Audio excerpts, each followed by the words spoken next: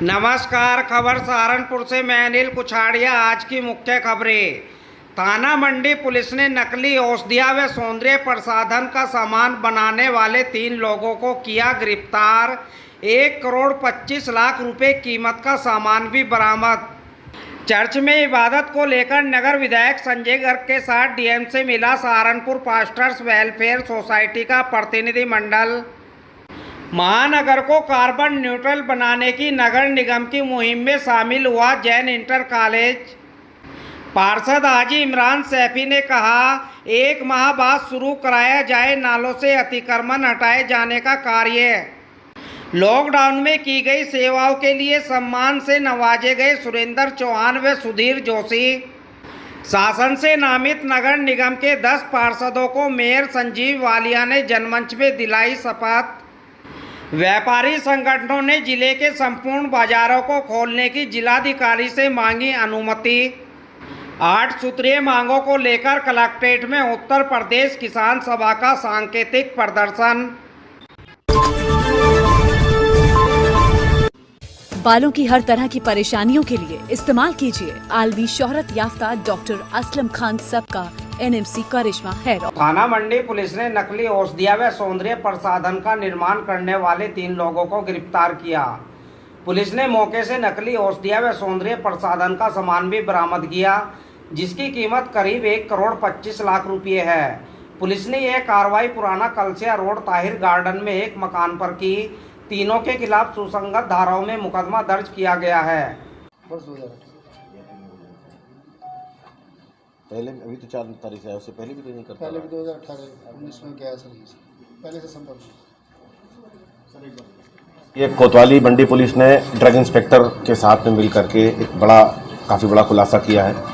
लगभग 2 साल से बताया जा रहा है कि पुराना कलसिया रोड पे ताहिर गार्डन में ये जो सौंदर्य प्रसाधन की जो वस्तुएं हैं, इनको नकली चीज़ों के द्वारा, नकली कंपोनेंट्स के द्वारा इनको बनाया जा रहा था और काफ़ी वृहद पैमाने पर इसको सप्लाई किया जा रहा था दूर तक। कई अलग अलग राज्यों में ये स्टॉकिस्ट की भांति इसको सप्लाई करते थे। ये लगभग 1.25 करोड़ रुपए इसकी कीमत का आकलन किया गया है, जिसमें बहुत से बना हुआ सामान और सौंदर्य प्रसाधन के रूप में जो प्रस्तुत की जाने वाली वस्तुएं वो, और साथ में इनको स्टोर करने वाली वस्तुएं और मशीनें, ये एक पूरे गैंग का खुलासा हुआ है। इसमें 3 लोगों को मौके से गिरफ्तार किया गया है। 4 लोग जो इससे लगातार इससे जुड़े हुए हैं और काफ़ी गहराई से जो है इस काम को अंजाम देते थे, वो अभी फरार हैं। इसमें अभियोग पंजीकृत करके विवेचना की जाए। कंपनियों का, प्रोडक्ट्स का नाम लेना इस समय सही नहीं है।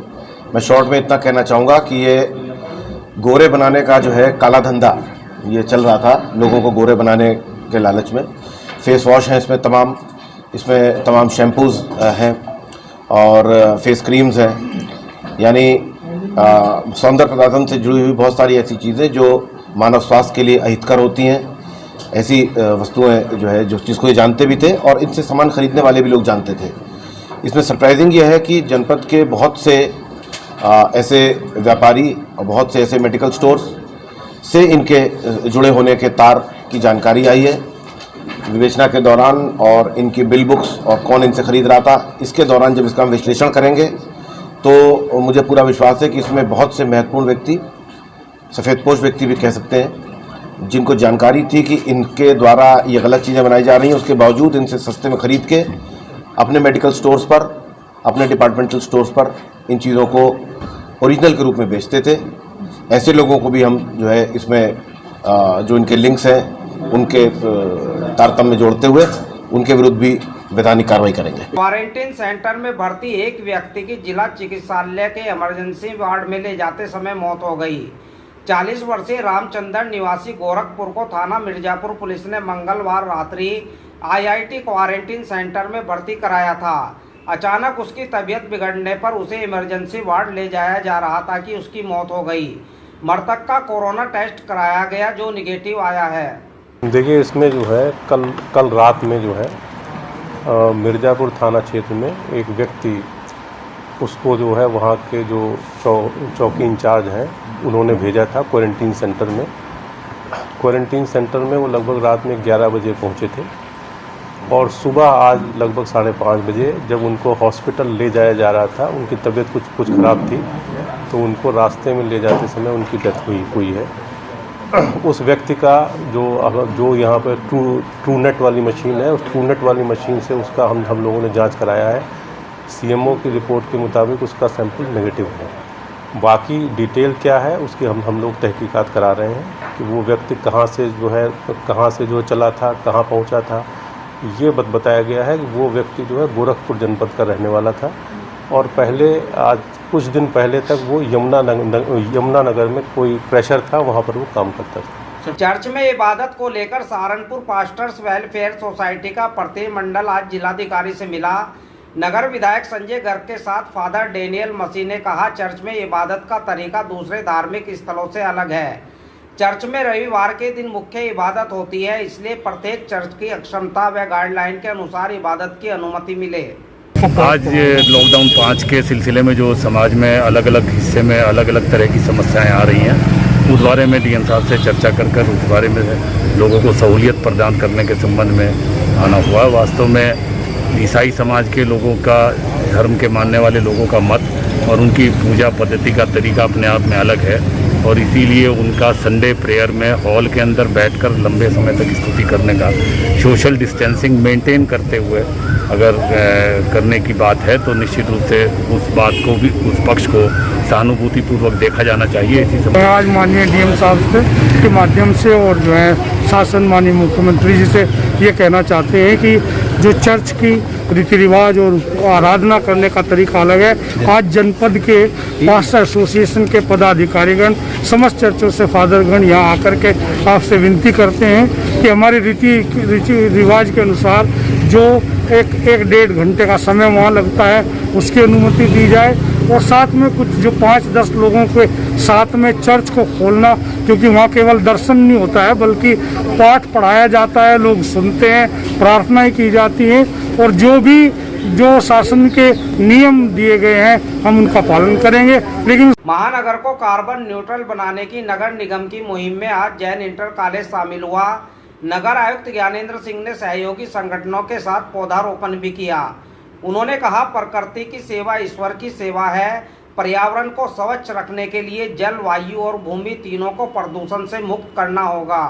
वार्ड 68 के पार्षद हाजी इमरान सैफी ने नालों से अतिक्रमण हटाए जाने का कार्य 1 माह बाद शुरू कराए जाने की मांग की। इस संबंध में हाजी इमरान सैफी ने आज मेयर संजीव वालिया को अपना मांग पत्र भी सौंपा। इस दौरान उनके प्रतिनिधि रिहान अली भी मौजूद रहे।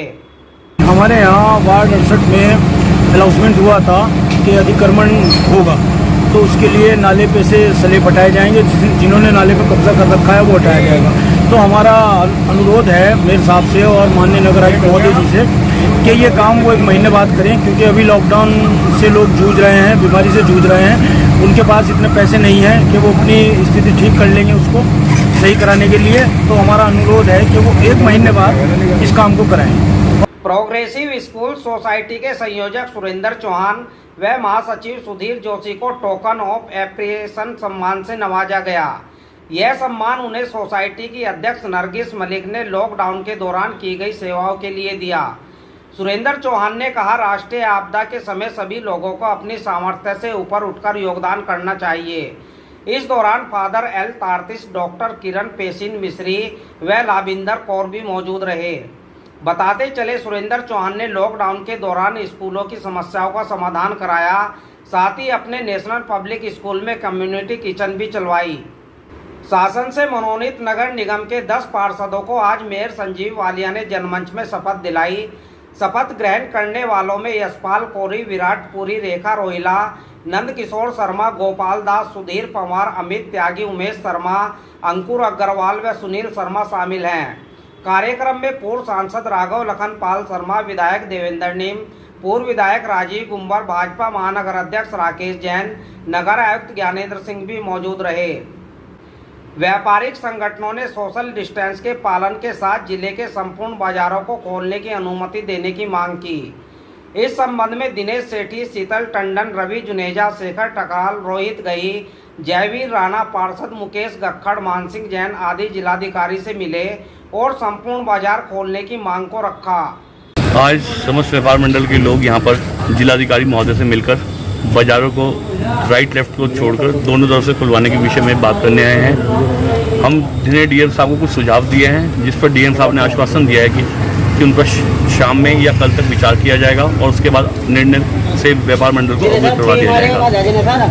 और डीएम साहब को हमने बताया कि जहाँ जहाँ बाजार चौड़े हैं और डिवाइडर हैं वहाँ पर पहले फेज़ में बाजार खोला जाए ताकि किसी को अव्यवस्था भी ना हो, और व्यापारी क्योंकि सोशल डिस्टेंसिंग का पालन कर रहा है, मास्क इत्यादि और सैनिटाइज़र का उपयोग कर रहा है, सब चीज़ों का पालन कर रहा है, इसलिए किसी को कष्ट न करते हुए दोनों साइड खोली जाए जहाँ डिवाइडर है। मैं इसी के साथ साथ जो बाएं और दाईं तरफ व्यापारियों के दुकानें खोलने के संबंध में समस्याएं हैं, उस संबंध में भी बहुत सारी चीज़ें देखने को मिली हैं। जहाँ बीच में डिवाइडर है, जैसे कोर्ट रोड है और बीच में डिवाइडर है, तो उसमें बहुत चौड़ी सड़क है और बीच में डिवाइडर होने की वजह से बाएं और दाएं तरफ का खोलने का एक दिन एक उसका कोई मायने नहीं रहता। मैं समझता हूं कि अब सोशल डिस्टेंसिंग के साथ अपने आप में इस बात की प्रिकॉशन सावधानी रखते हुए ये व्यापार मंडल के ऊपर छोड़ते हुए लेफ़्ट राइट के परिस्थिति को बदलते हुए दोनों तरफ की दुकानों को खोलने का मौका दिया जाना चाहिए। इस तरह की बात का भी हमें कृषि मंडी एक्ट में संशोधन की वापसी समेत 8 मांगों को लेकर उत्तर प्रदेश किसान सभा ने कलेक्ट्रेट में सांकेतिक प्रदर्शन किया। जिलाध्यक्ष राव दाऊद खां व जिला मंत्री नवनीत सिंह के नेतृत्व में कार्यकर्ता कलेक्ट्रेट पहुंचे और अपनी मांगों का ज्ञापन सौंपा।